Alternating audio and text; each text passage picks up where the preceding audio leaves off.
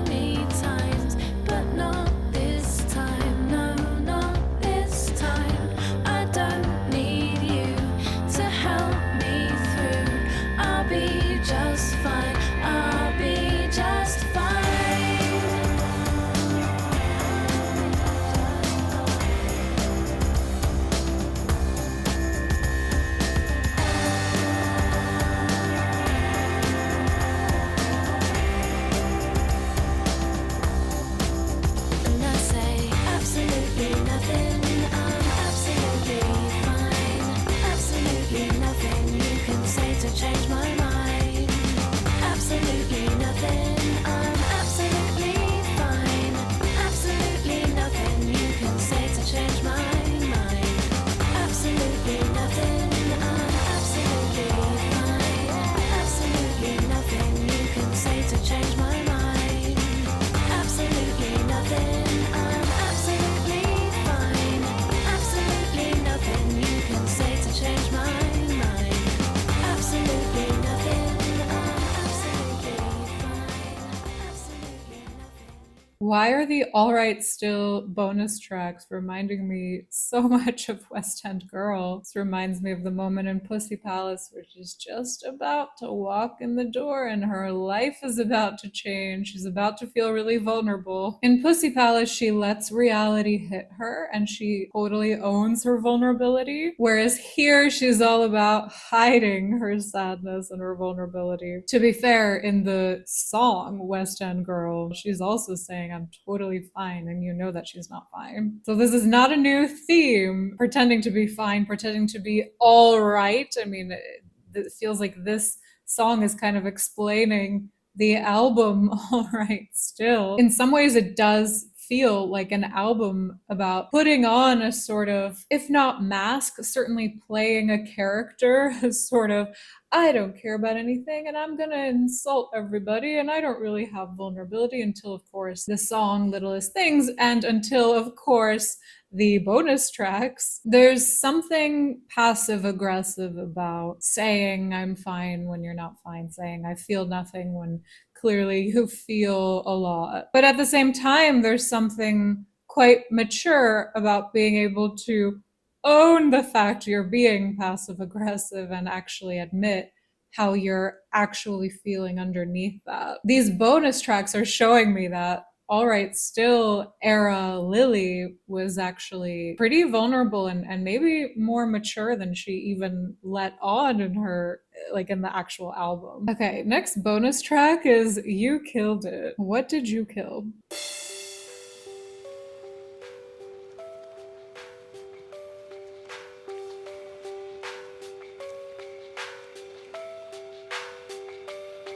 Sunday morning, we were lying in bed, just the two of us undercover,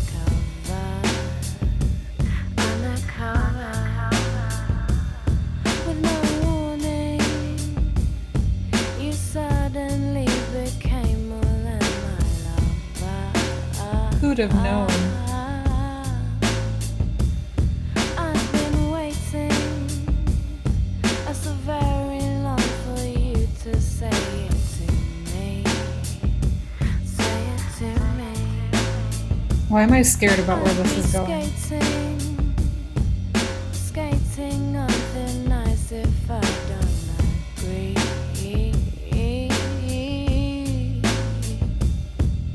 I know you're the one for me, but it took me by surprise. And if I say it back to you, I can't look you in the eye. I don't want to lose you, I don't want to confuse you. I guess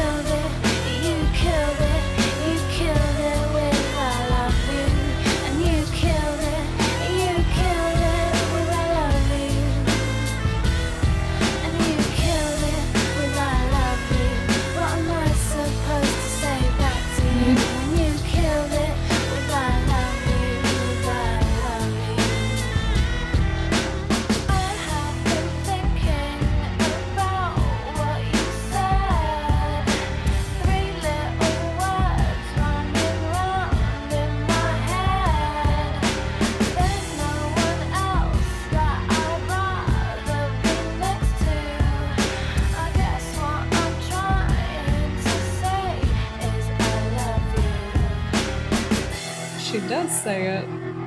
And you killed it, you killed it, you killed it with I love you. And you killed it, you killed it with I love you. And you killed it with I love you. What am I supposed to say back to you? And you killed it with I love you, with I love you. And you killed it, you killed it, you killed it with I love you. And you killed it, you killed it with I love you. And you killed it with I. This song has shame for you energy. It's a shame, shame, shame for you because you killed it. Add this to the list of songs where she is blaming the guy for her own surprise and confusion about how she feels. Lily has this really interesting way of owning her emotions where she's kind of very aware of them and naming them, but for whatever reason in the moment maybe it's hard to take full ownership of them. Maybe she just does it for humor, sarcasm, artistic reasons. She likes to put it on the other person. She does capture the paradox of loving, of wanting that closeness and feeling that closeness with someone. And that very closeness can feel confusing and can raise very intense fears about losing the other person. And this is probably the most vulnerable part of the song where she takes full ownership of how scared she is of saying I love you. And there's almost this desperate plea for understanding and support with getting there emotionally and verbally. Like she wants to face her fear and not let it control her in this relationship. So yeah, once again, pretty vulnerable bonus track. Okay, there are a few unreleased songs that you guys recommended, but I do feel weird. I don't know if I can play unreleased tracks in my videos. I did listen to some of them offline, and my favorite is Wanka Wanka.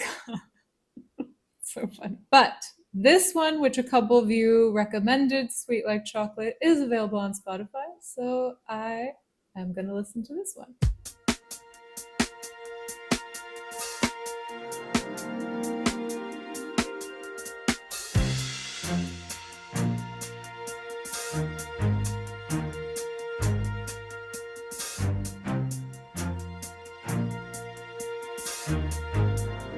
So dramatic.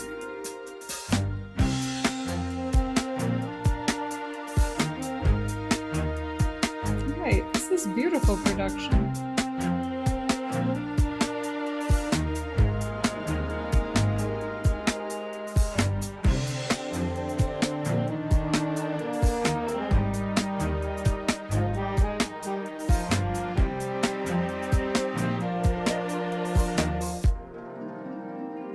Wow. Finding your way in the dark ain't so hard when you're close to my heart.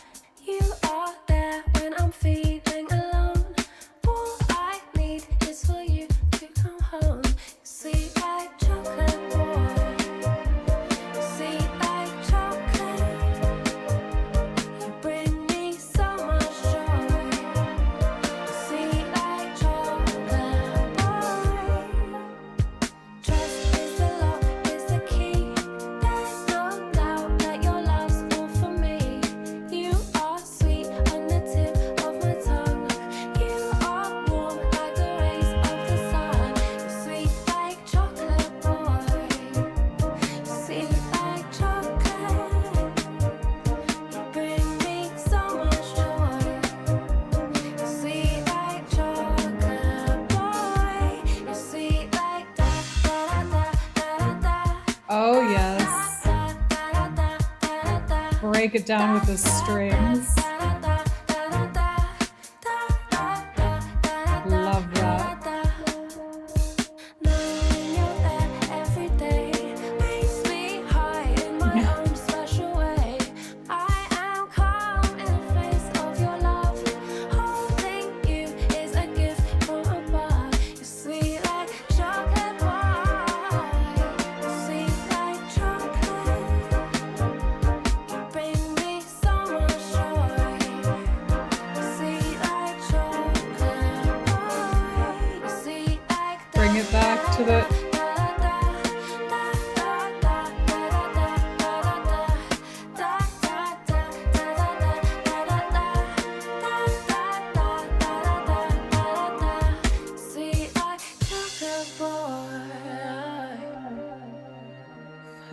gosh.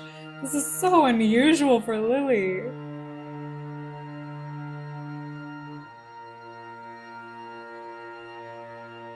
What is this song? How did this come about?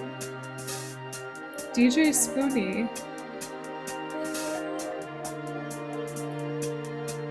What is this for? I have so many questions.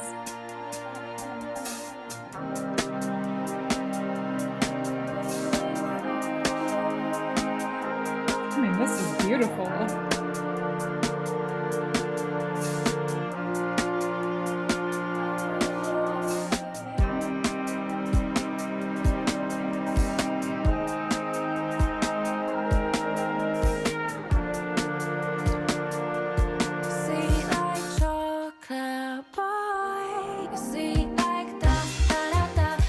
There we go with the strings.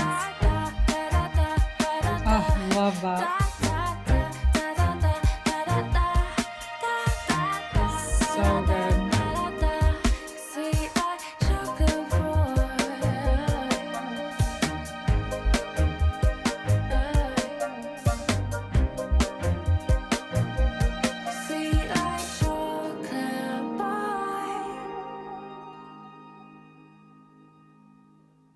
Okay, so one of those songs that immediately gets stuck in your head, addictive like chocolate, even the first time you hear it. Why is Lily being warm and sweet on this song with no sarcasm or edge? Is this a sarcastic song? I don't think so. It feels like just a sweet song from Lily Allen?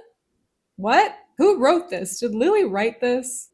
Yeah. Oh, wait, composition and lyrics. Ah, Lily is not in the composition and lyrics. That explains a lot more. Look, we know Lily's voice is sweet like chocolate, but we also know that it is best when it is paired with true Lily lyricism and personality. That I think is the ultimate package. I mean, I really like this song and the production, those strings on the da-da-das. But I'm like confused about like, how did this even come about? And especially now having heard all of Lily's music, I'm like, this isn't very Lily, or at least not authentically pure Lily. If this was the first Lily Allen song I ever heard, I would have a very different impression of her as a person, but I feel like I know her too well now to be deceived by a song like this. Okay, it's time for Nan, You're a Window Shopper, which I was literally just a few days ago spoiled about what this song is about, which I'm a little upset by. I wish I could go into it completely blind, but let's listen to it and then I'll tell you about being spoiled afterwards.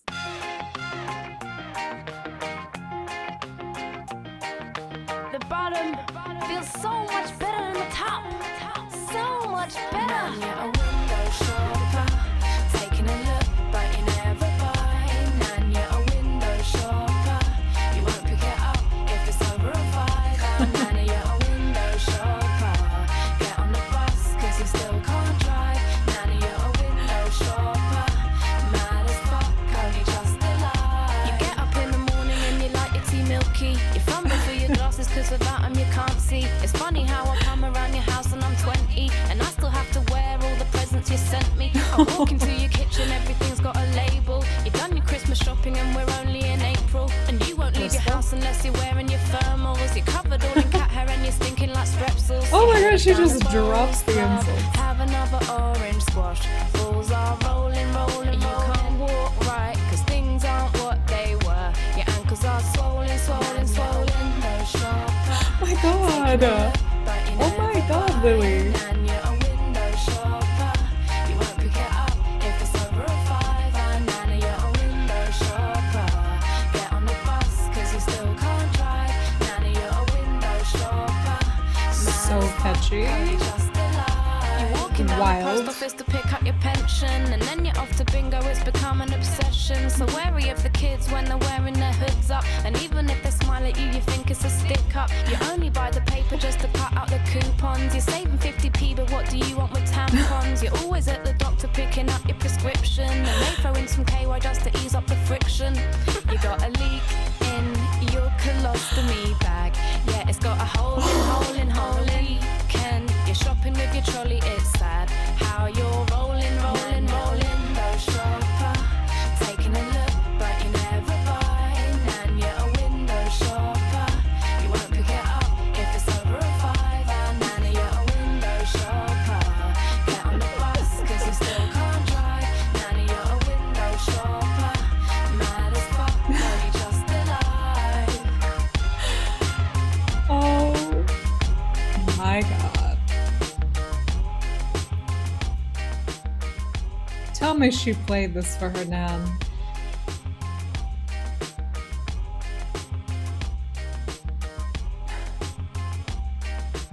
Oh my god, Louie. Oh, the interlude. Music is just still going. Yeah, because we need time to digest all of this.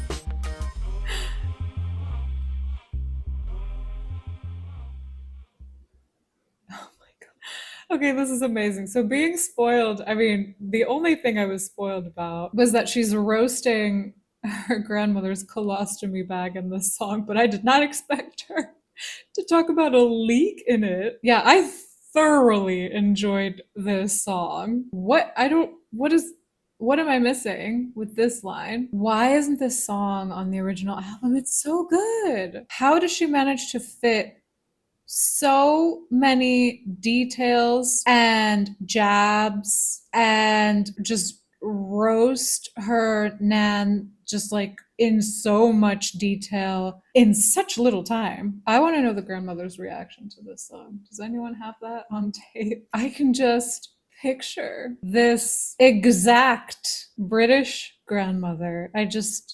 She's so clear in my mind. And some of this I feel like is universal, something about that generation, something about many of our grandparents, where there's something like slightly illogical about like what she's doing with the coupons, the tampons, also with the Christmas shopping being done in April. Although honestly, I'm at a point in my life where I'm like, respect, respect to the grandparents that are so well-meaning, they're so prepared, they're organized, and also like she just wants to stay warm.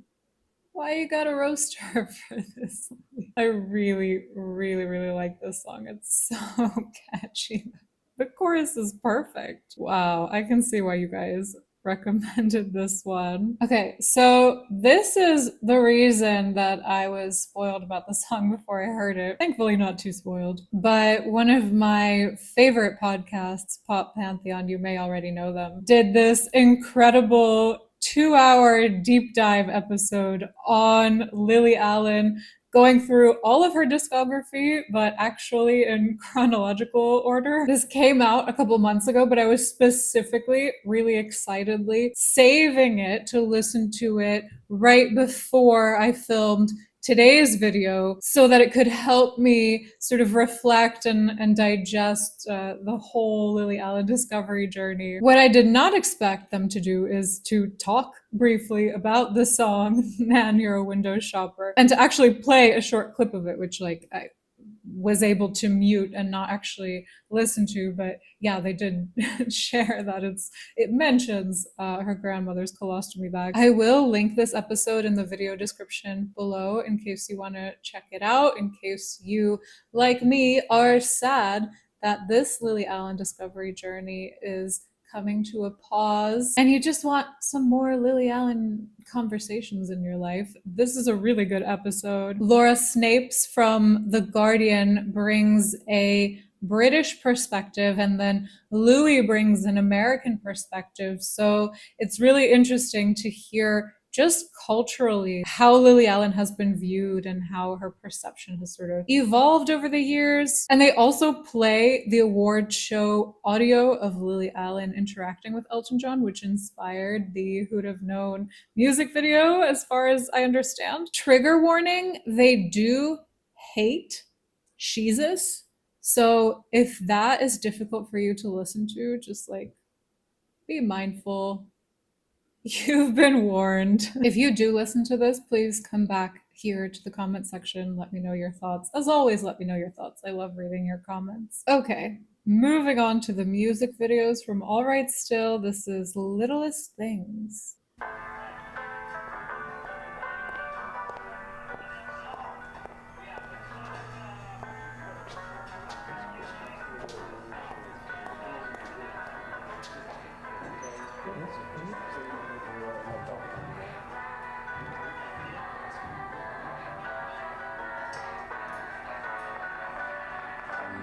Sometimes I find myself sitting back and reminiscing, especially when I have to watch other people kissing. And I remember when you started calling me your missus. All the play fighting, all the flirtatious disses. I tell you sad stories about my childhood. I don't know why I trusted you, but I knew that I could. We'd spend the whole weekend lying in our own dirt. I was just so happy in your boxes and your t-shirt.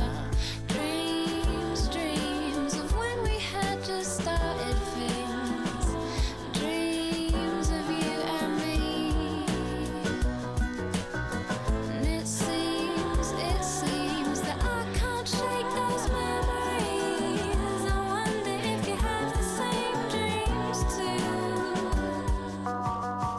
The littlest things that take me there. I know it sounds lame, but it's so true. I know it's not right, but it seems unfair. The things are reminding me of you. Sometimes I wish we could just pretend, even if only for one weekend. So come on, tell me, is this the end? Drinking tea in bed, watching DVDs. When I discovered all your dirty, grotty magazines, you take me out shopping, and all we buy is trainers, as if we ever needed anything to entertain us. The first time that you introduced me to your friends, and you could tell that I was nervous, so you held my hand. When I was feeling down, you'd make that face you do. There's no one in the world who could replace you. Dreams, dreams of when we had just started things. Dreams of me and you. And it seems that I can't shake those memories. I wonder if you feel the same way too. The littlest things that take me there. I know it sounds lame, but it's so true. I know it's not right, but it seems unfair. The things are reminding me of you. Sometimes I wish we could just pretend, even if only for one weekend. So come on, tell me, is this the end?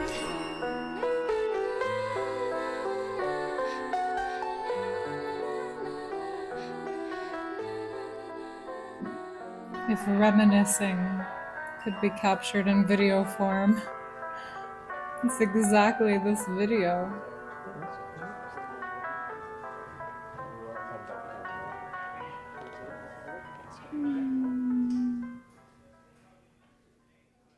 Somehow this song feels even sadder having watched this video. There's something really powerful about this sense of where I am now, my position of reminiscing. I'm looking backwards to my older self. It's like present self and past self. And there's something so classically romantic about every single visual, essentially, that captures what our mind does, which is also what the media does in order to tap into that part of our psychology of idealizing love. Of course, when you are reminiscing about a relationship you've lost, you're only going to be thinking about the nice, pretty stuff, and you're going to paint it in the most beautiful picture possible. Like, I'm willing to bet this guy never even actually did this or hired two like piano players.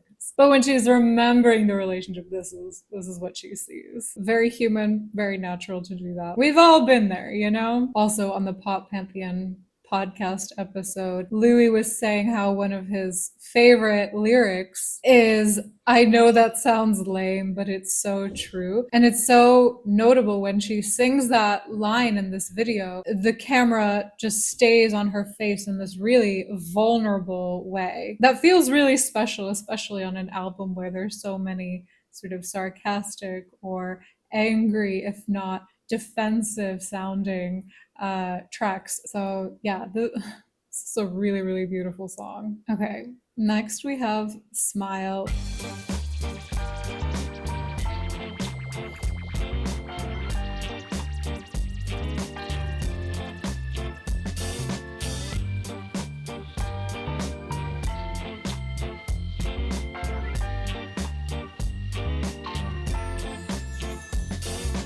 When you first left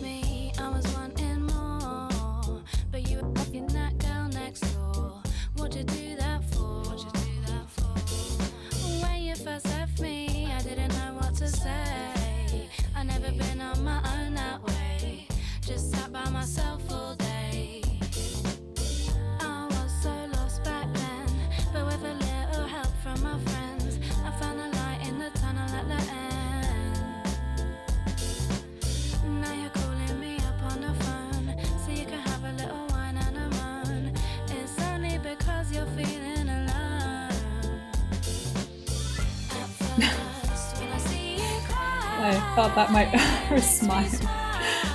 Thought this might happen.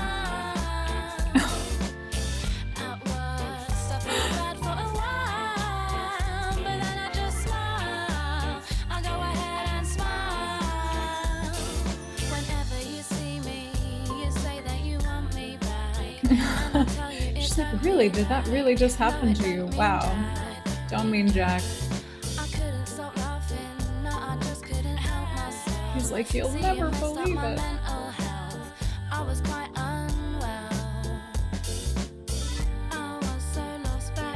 Is there more violence?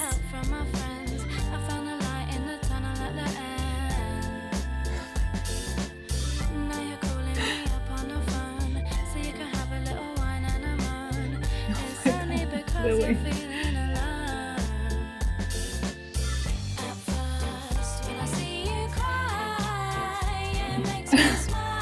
Her smile is 100% genuine in this video.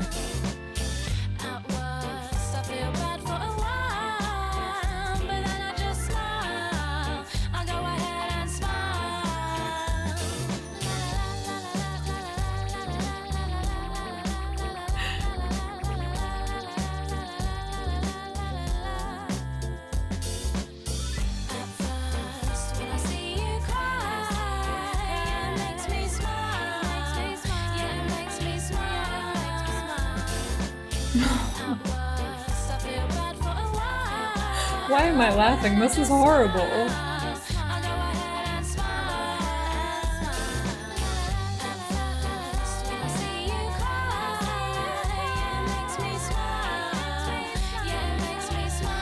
She's literally not even acting.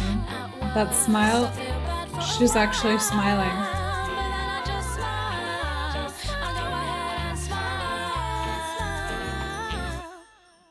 Oh my god. I think my exact words were, I don't condone that you go out and make the person that you have this sentiment about actually suffer.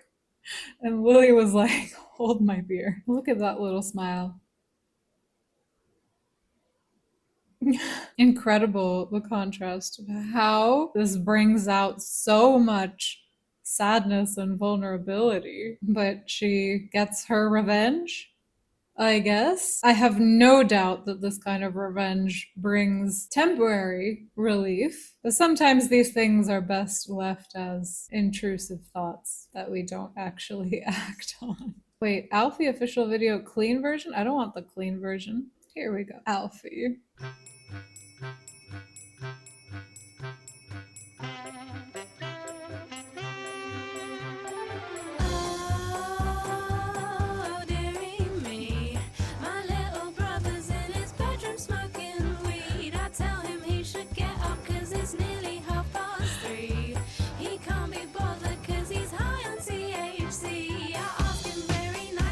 Oh my god. Not the little door.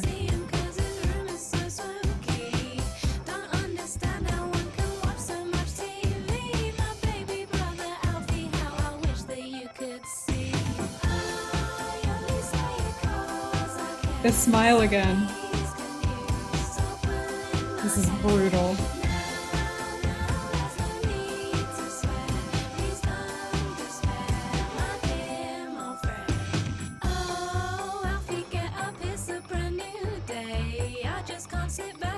His walk to the rhythm of the...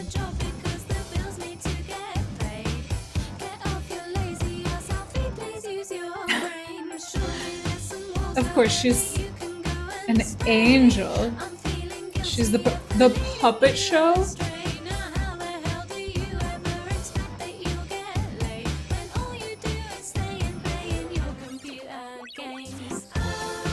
Oh my god.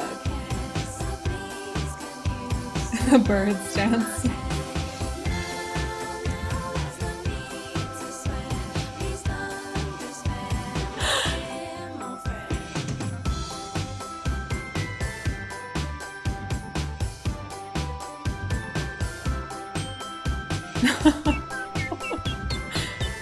Oh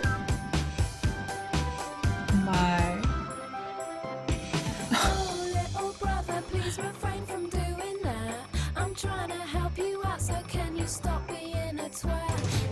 The bird's smoking.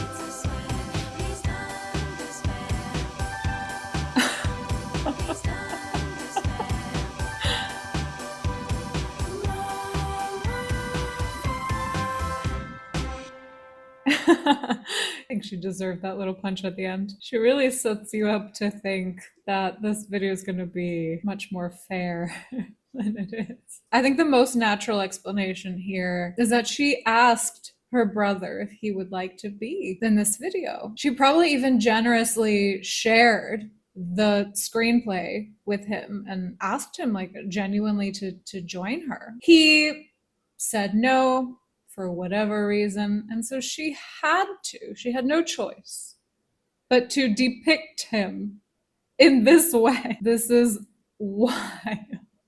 I mean, she's the perfect older sister. She's ironing, she looks so sweet, she's even helping.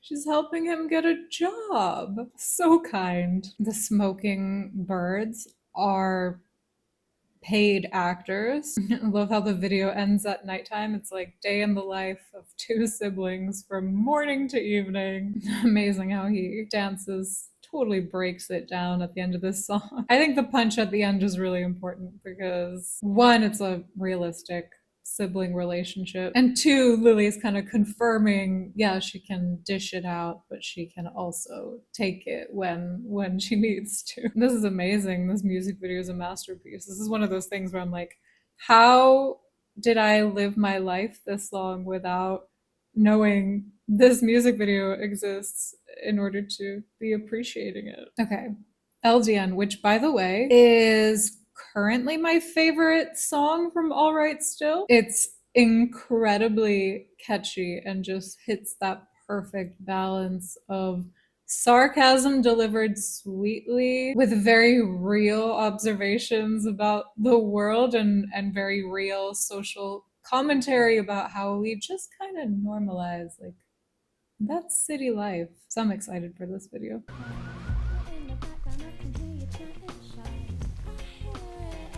Hi, I'm just wondering, have you got any kind of like sort of punky electronica kind of grime, kind of like new wave grime, but kind of maybe like more broken beats, like kind of dubby broken beats, but a little bit kind of soulful, like kind of drum and bassy, but kind of more broken drum and bass, like kind of broken beats, like breakbeat kind of This broken drum straight and bass. face Kind of, do you know what I mean? delivery.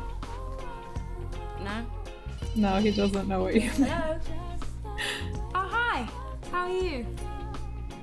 Yeah, what, right now? Yeah, okay. Bye.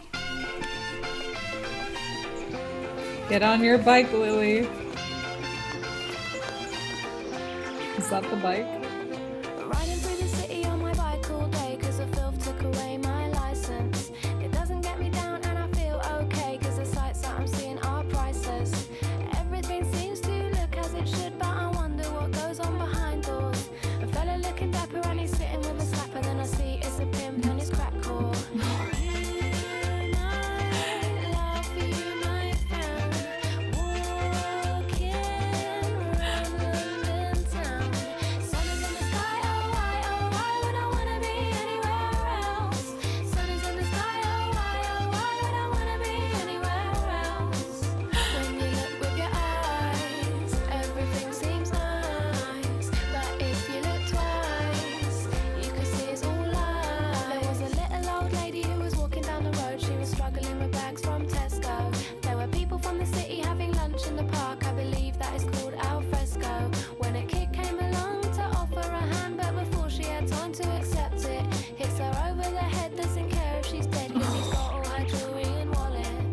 Actually showed that part.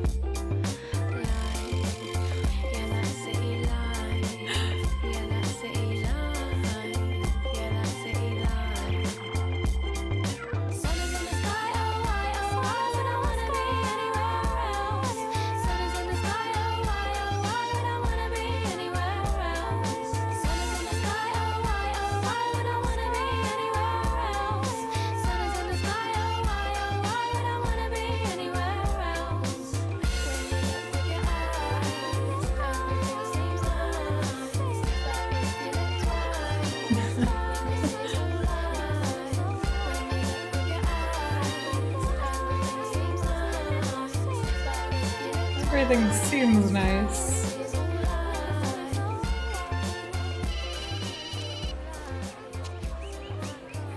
Hello. Hi, where are you? I'm here. Oh,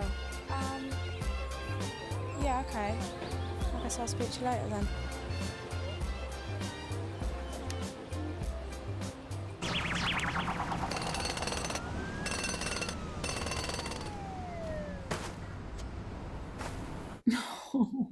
Every little detail, when you look with your eyes, it seems nice. But if you look closer, it's not so nice. And the fact she does this repeatedly in the music video, it almost teaches you to expect every time you see the nice thing, it kind of teaches you to question it and kind of wait for, okay, but what's the reality? There is a kind of built-in suspicion, if not pessimism, in the perspective here. I'm not denying that, things are not as they seem, but it does kind of raise a question for me about like what is reality? Because sometimes the most pessimistic people, especially if they are intelligent, can convince themselves and convince you that the way they see the world is reality. Like they're just being realistic by expecting a catastrophe at every turn. So I'm kind of interested in this, like philosophically, of like what is she actually seeing? What is reality? We're led to believe that this is the reality, which, like, I mean, fair enough. This doesn't look too inaccurate, to be fair. But, like, is there really zero beauty here? Are there no positives to living in this city? Especially because there's something almost self-deprecating about, is it the fact that she has walked by that has brought out the sort of darkness slash reality of the place? So is the darkness on her, or is the light colorfulness on her? Again, philosophical question. Is the darkness on us? Like, is all the bad things we see, is that our perception? And are the positive things also up to our perception? Again, not denying that this is a very real reality in the world, but I'm just curious about the split of like pure happiness versus pure darkness. And it's probably not that deep, and I'm probably overanalyzing, which I love to do. But I didn't expect this video to make me think so much. One of the comments says, this video captures what tourists think of London versus what it actually is, which I can definitely see. And this is always true if you're just a visitor somewhere and you haven't actually lived in the reality of it. You're gonna have a very different perception from someone who has lived in the reality of it. My question is reality always the darker option? Didn't expect this existential crisis. Okay. All right, still. LSDN, like I said, even after that music video, which just like completely messed with my mind. Still one of my favorite songs. Smile, incredible song. Not big. I wanted to take a moment for, because I know when I listen to albums, I can sometimes lean into the tone and the energy of the album. So when Lily's being sarcastic or funny, I might like try to make a joke or sort of lean into that. But I do want to just be very clear on my stance here that when it comes to sex, it is not okay to mock your partner over anything that they have zero control over. It's not okay to mock someone about their body. It's not okay to mock someone about the size of any part of their body or how their body responds during sex. And that includes premature ejaculation, erectile dysfunction. Shaming yourself or shaming your partner about any of that, I assure you, is not going to help anyone. It will always be better to approach these conversations with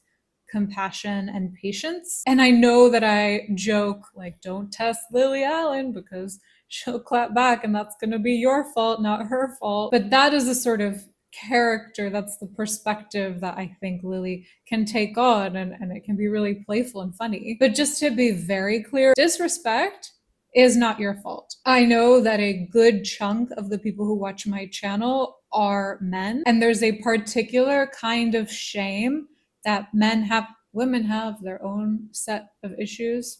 For sure. There's a very particular kind of shame that men can have because socially we just have this very narrow view of what male sexuality needs to be like. And as a result, many, many men have this very restricted view of how they feel they are allowed to be. So if you're a man and or your sexual partners are men, I do invite you to think about what those thoughts that may cross your mind that take the form of should might be sometimes, because we do get these messages socially about size, desire, how much sex men should want in comparison to other men, in comparison to their partner. So be mindful of the should thoughts because they can contribute to more shame. And the antidote to shame is to talk about things and to normalize in a kind and realistic and compassionate way, and not to mock each other or ourselves. So nobody asked me to clarify this. I just really wanted to. I feel better having done it. Thanks for coming to my TED Talk. I hope that made sense. And by the way, Latecomer, still one of my top Lily Allen songs, easily top 10. Possibly top 5. I know I'm in the minority with this, but this is such a great example of a song that talks about sex in a destigmatizing way, in a way that is joyful and does not mock or put anybody down. There is a little bit of sass and like, you can't have him.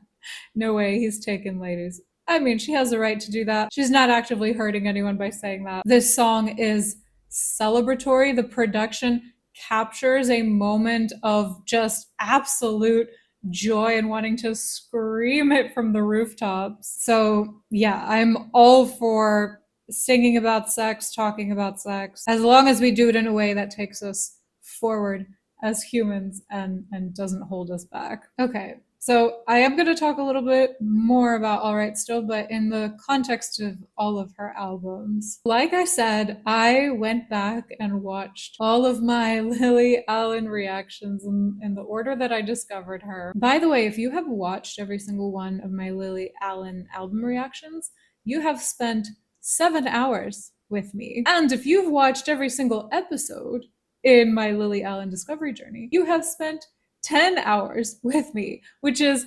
mind-blowing to me. I am so grateful for your time. I'm so grateful. It was a really cool experience to go back to those early album reactions and recognize some of your names and to see that you've really been here over so many months and joined me on this journey that it's mind-blowing to me. I'm so grateful to you. I'm going to say more about that in a little bit, but here are some overall reactions now that I've heard everything and sort of rewatched my discovery process with this. I think my obvious bias here is the order, not only the order in which I discovered these albums, but also the pace at which I did them. I have actually grouped these albums in my mind in this way, where West End Girl and No Shame are one sort of package in my mind, maybe partly because I listened to them essentially back to back, like just a couple weeks apart. Then her first 2 albums are grouped in my mind. I also listened to those a few weeks apart. And then Jesus is kind of on its own little island that doesn't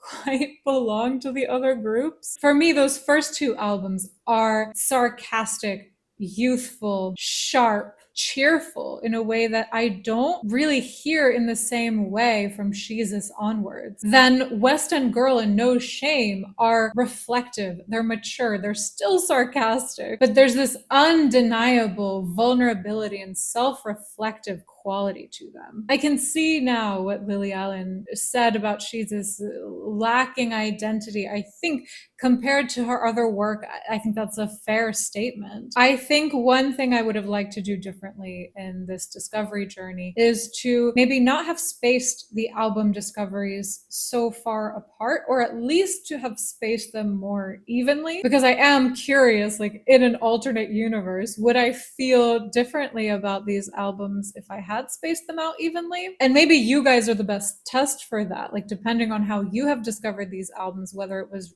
right with me, like in every video that I made, or you're a longtime Lily Allen fan who has maybe spent the most time with All Right Still, for example. Let me know what your experiences are, because I'd be curious to compare. Okay, one really interesting thing that was happening while I was watching my reactions back is that now I understand Lily's writing. And it was funny to watch my initial reaction to the song Tennis, for example, where I was trying to dissect, like, okay, I can't get my head around how you've been playing tennis. Is this a euphemism? Is she talking about something sexual? Now that I've heard all of her discography, I was like yelling at the screen, like, she's talking about tennis. It cannot be more obvious to me now that she is literally talking about this guy playing tennis with Madeline. It's not just sex with Madeline. He's literally playing tennis. And this is what is making her jealous because he won't play with her. Not only is there no dissection needed with Lily's writing, but the most obvious explanation is the one that hits the hardest. And this is Lily's magic. This her ability to notice what's happening, notice how she feels about it, and tell it exactly like it is in a way that not only makes for such good storytelling, but I think enables people to relate to it. I think it takes courage to experience things, to feel pain in this way, and to be able to just say, this is what happened and I'm broken. Having this much courage, I think, can be hard for a lot of us. So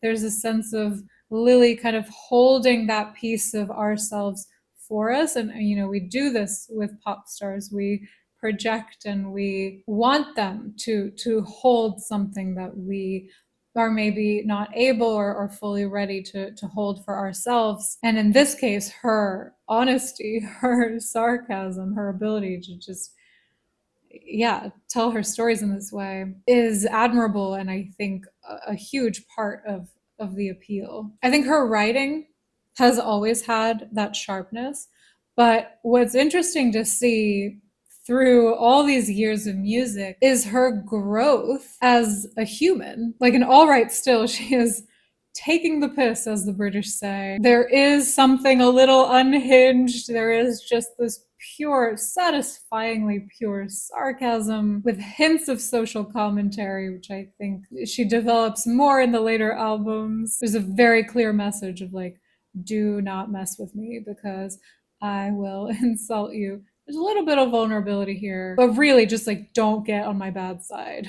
I'm threatening you, don't do it. And Not Big is honestly, if not mean, borderline mean. Then in It's Not Me, It's You, she's still sarcastic, but she is actively reflecting on the world around her and her place in the world. She's raising valid criticism about messages that we receive, weirdly still relevant today. Of course, there's still sarcasm. Never gonna happen, has a special place in my heart. Incredible directness, incredible personality. But then there's also some vulnerability, more so than in the first album. Although hearing those bonus tracks from All Right Still is starting to reshape my perception of that album. I think the vulnerability is there. It's just hidden, reserved for later, kept safe somehow. But this is really, really meaningful in songs like Who'd Have Known in Chinese, really meaningful vulnerability. Not to mention fantastic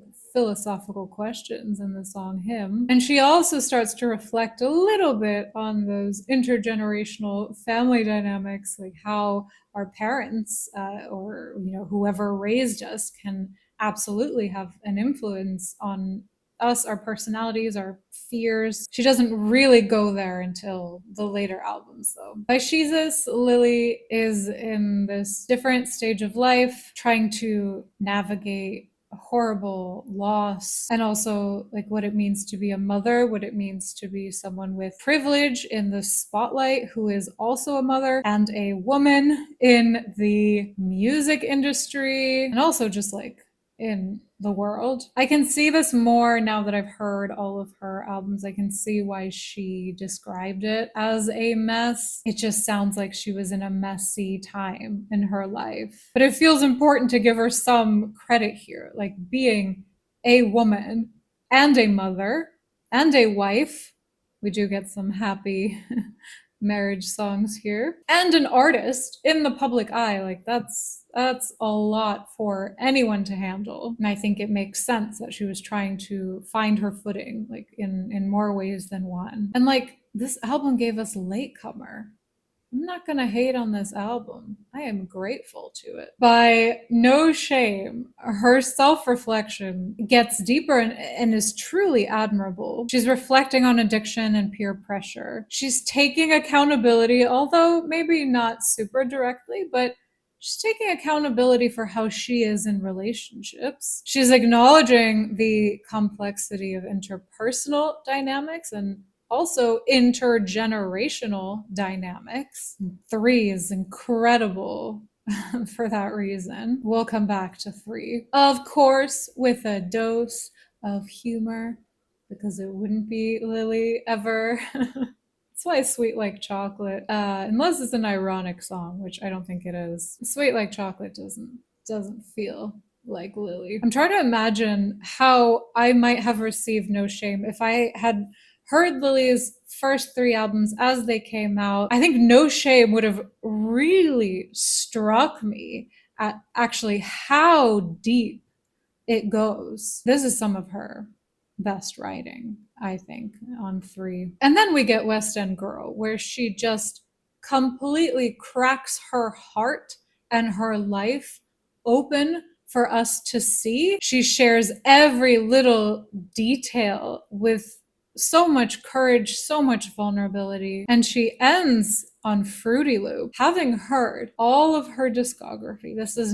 Fruity Loop is now the last song that she has released. Oh wait, except for Beg For Me remix. Shout out Beg For Me remix. But this is one of the most reflective, if not maybe the most reflective songs in all of her discography. You're just a little boy looking for his mummy. Initially, I thought this was an insult, which like it may be, but of course she parallels that with I'm also just a little girl looking for her daddy. This is so important to understand, not just intellectually, but like in an embodied way, that we all enter relationships with unconscious needs. We always have our conscious reasons for being drawn to a partner, where we're consciously aware of like, oh, I like them because of their personality, they're intelligent, we share values or interests. There are always explicit reasons why we think we're attracted to someone,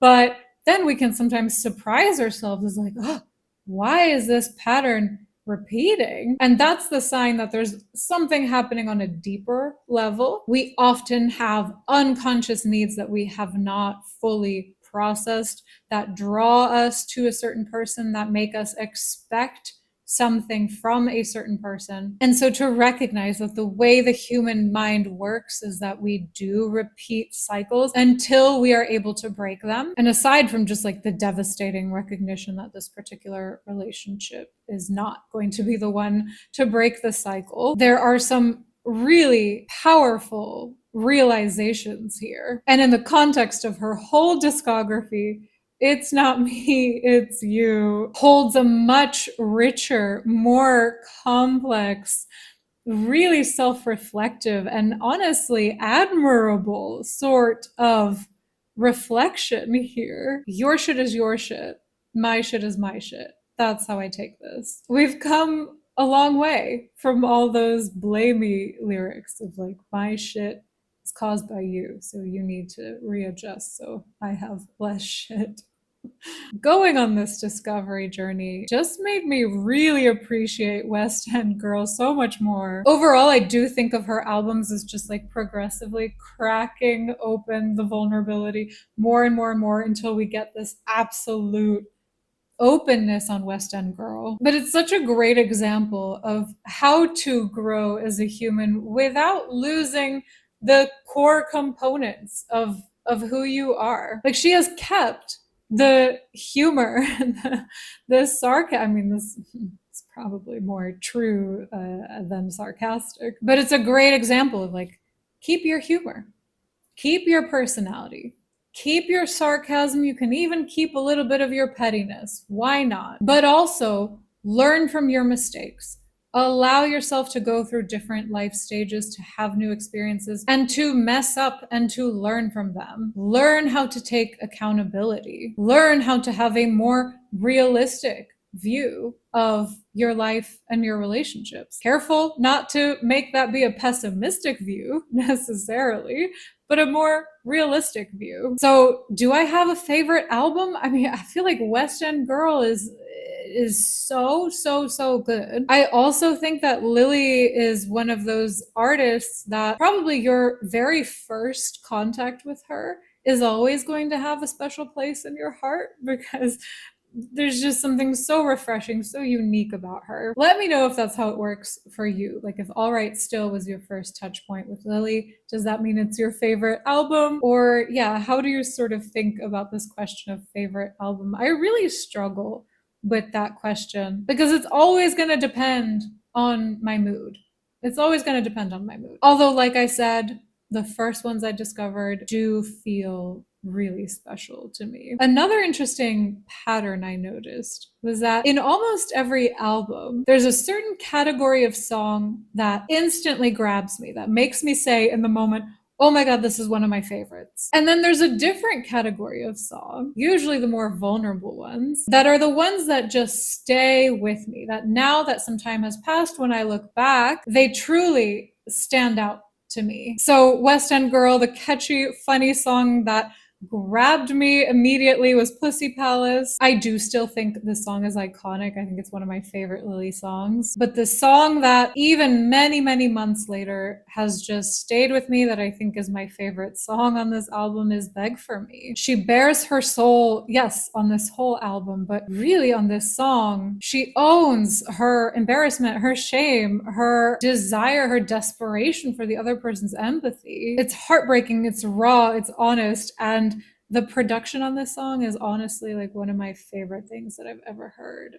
Just incredible. On my first listen of No Shame, for some reason, the one that stuck with me was My One. There was a period of several weeks where I just needed to have this song in my ears on repeat. And I do still like it, but when I go back and listen to this now, the song that shakes me to my core, that I honestly think is a masterpiece, is the song 3. I don't use the word masterpiece lightly. This song to me is peak vulnerability. It is peak empathy for an adult to be able to step into the shoes of a 3-year-old. And it doesn't matter if this is herself at 3 or her 3-year-old child. She is actively and accurately stepping into the shoes of a 3-year-old. The writing shakes me to my core. Her delivery is just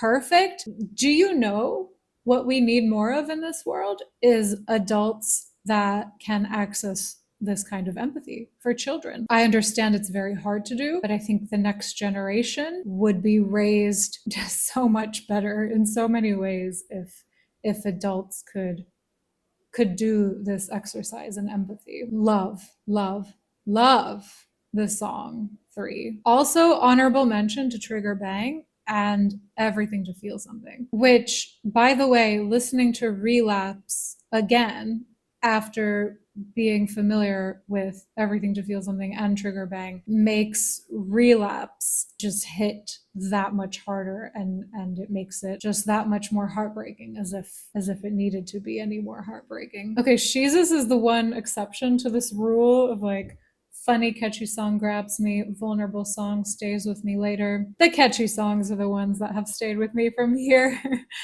Latecomer. I'm sorry. This song is joy personified, and you can't tell me otherwise. This production I'm obsessed with. I don't know. I just love this song. I love it. Also, URL Badman still hits when I listen to it now. Honorable mention Silver Spoon. Also great production and yeah, an honest attempt to respond to what is valid criticism about being a Nepo baby, but also with some understandable vulnerability, maybe some defensiveness, just honestly like exhaustion, understandable exhaustion, being hounded by the British media for all sorts of things, including her privilege. Okay, it's not me, it's you. The songs that instantly grabbed me, not fair and never gonna happen. Still love those songs. But the songs that have been growing on me and slowly overtaking these two songs are 22 and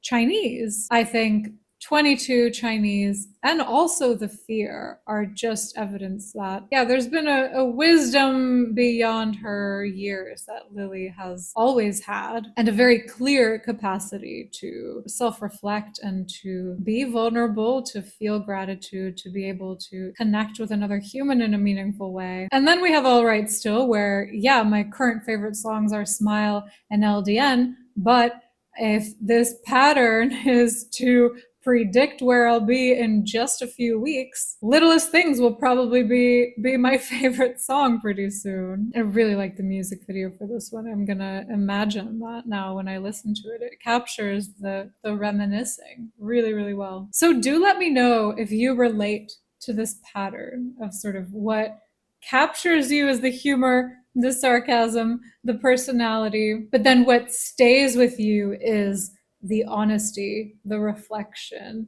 the vulnerability. Just one little connection that one of you made in the comments. You made this back when I listened to Jesus, so I couldn't process it at the time. So I'm glad that I could go back and reread those comments now that I've heard everything. You proposed this theory of why As Long as I Got You and Not Fair are the only country sounding songs in Lily's discography.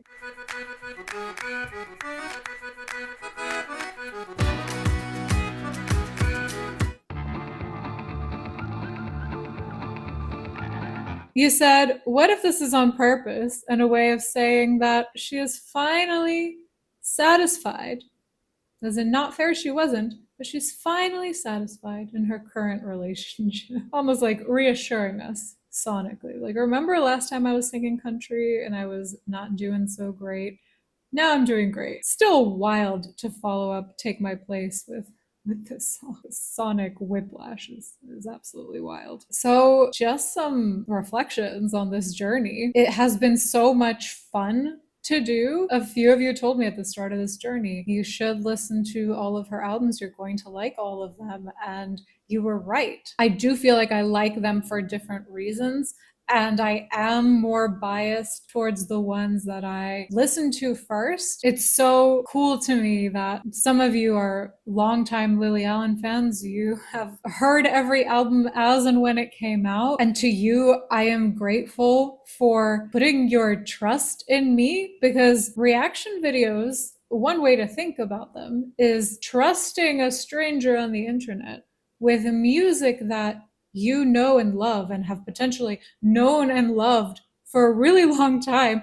And so there's a risk element to that where you don't know if I'm going to react the way that you want me to. You don't, you take that risk basically. And so for the longtime Lily Allen fans, thank you for trusting me with your beloved artist's music. To those of you who have been discovering Lily with me, whether that's because West End Girl was your first contact point, or I know some of you knew some of her albums, but either way, you filled in those gaps with me in the order I've done so on this journey. It's truly an honor to have you here with me. That is so cool to me that different people in different parts of the world might be interested in like joining me in that process. And yeah, really cool thing about the internet. And I also just want to take a moment for the people who have been watching and who never comment.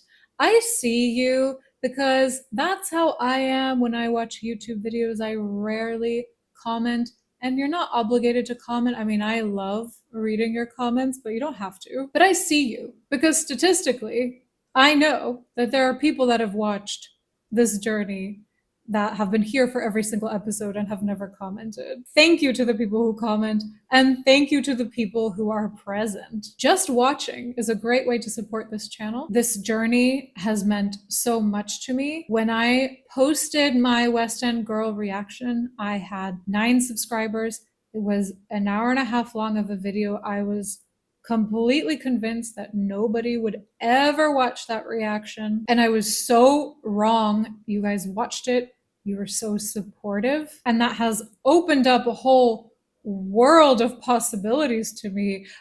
Before that, I had never even really watched an album reaction before. And now I've learned that I love doing them. It's a really cool thing to do. And so I'm going to keep making album reactions. I'm going to do more discovery journeys on this channel. But Lily Allen will always, always, always be the first album reaction, first discovery journey. And that's really special to me. And I'm just so grateful that you've been here for that. I have actually already chosen the artist for my next discovery journey. I haven't announced who they are yet. I will in the next couple weeks. This artist is very different from Lily Allen, seemingly in every single way. You might be surprised by my choice, or maybe not, I don't know. But the core of what I like in an artist, which boils down to personality and good storytelling, that part is the same. So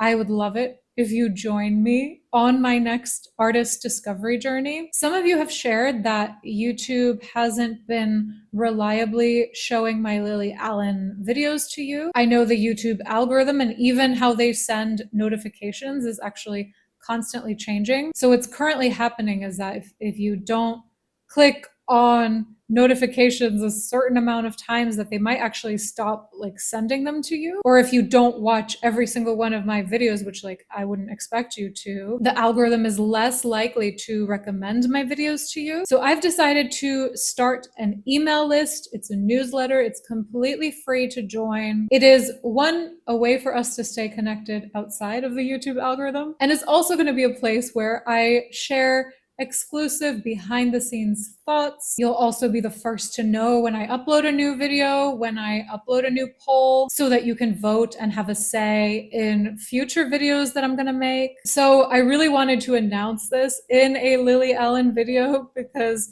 your commitment and patience and support of this channel has meant so much to me. So it only feels right to tell you guys about this first. So I will put the link in the description and also in the comments to join my email list. I would love to have you on there. I love the idea of having a smaller community of people that have opted in to hear from me. So I'm looking forward to trying that out, seeing how it feels, and I would love for you guys to be on it. Again, thank you so much. This has been so fun, and I really look forward to staying connected with you, seeing you in other videos, discovering more artists with you. Thank you, thank you, thank you. I'll see you soon. Take care. I don't use the word masterpiece lightly. This is amazing. This music video is a masterpiece.